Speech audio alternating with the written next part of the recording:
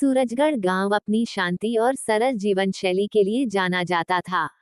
लेकिन एक रात वहां कुछ ऐसा हुआ जिसने सबको हिला कर रख दिया।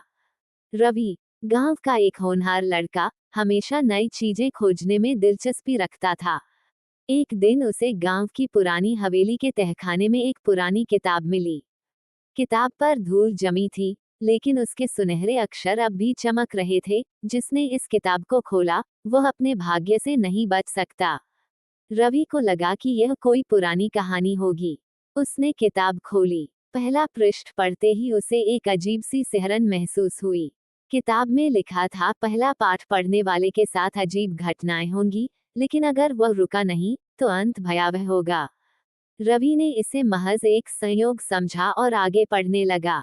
अगले ही पल हवेली के दरवाजे खुद ब खुद बंद हो गए। बाहर हवा का एक तेज झोंका आया, जैसे कोई अदृश्य शक्ति उसे रोकना चाहती हो। लेकिन जिज्ञासु रवि रुका नहीं। दूसरे पृष्ठ पर लिखा था, यदि तुम अभी रुकोगे तो बच जाओगे, वरना कोई तुम्हारा पीछा करेगा। रवि को हल्की घबराहट हुई, लेकिन उसने खुद को समझाया कि यह सब महज कल्पना है। उसने अगला पृष्ठ पलटा। तभी उसे लगा कि कोई पीछे खड़ा है। उसने तुरंत मुड़कर देखा, कुछ नहीं था, लेकिन उसकी परछाई अब भी दीवार पर थी, जबकि वहां रोशनी का कोई स्रोत नहीं था। रवि का दिल जोर जोर से धड़कने लगा। उसने तुरंत किताब बंद करने की सोची, लेकिन जैसे ही उसने हाथ बढ़ाया, पन्ने खुद ब खुद पलटने लगे। अब तीसरे पृष्ठ पर लिखा था, अब बहुत देर हो चुकी है। तभी बाहर किसी के चीखने की आवाज आई।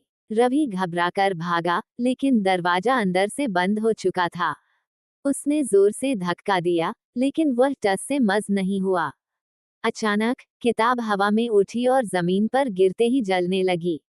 आग की लपटें तेजी से फैली, लेकिन अजीब बात यह थी कि वे सिर्फ किताब को जला रही थी, बाकी सब कुछ वैसा का वैसा था। जैसे ही किताब पूरी तरह जल गई, दरवाजा अपने आप खुल गया। रवि भागता हुआ बाहर निकला। वह कांप रहा था। बाहर गांव के बुजुर्ग खड़े थे। तुमने वह किताब छू ली? एक बूढ़े आदमी ने कांपती आवाज में पूछा। रवि ने सिर हिला दिया। बूढ़े ने गहरी सांस ली और कहा, हर 100 साल में वो किताब खुद प्रकट होती है, और जो इसे पढ़ता है, उसका सामना अज्ञात शक्तियों से होता है। पिछले 100 साल में वो किताब खुद प्रकट होती है, और जो इसे पढ़ता है, उसका सामना अज्ञात शक्तियों से होता है। पिछले 100 सालों में कोई भी इसे पूरा नहीं पढ़ सका। रवि ने चौंक कर पूछा, अगर कोई इसे पूरा पढ़ ले, तो क्या होगा?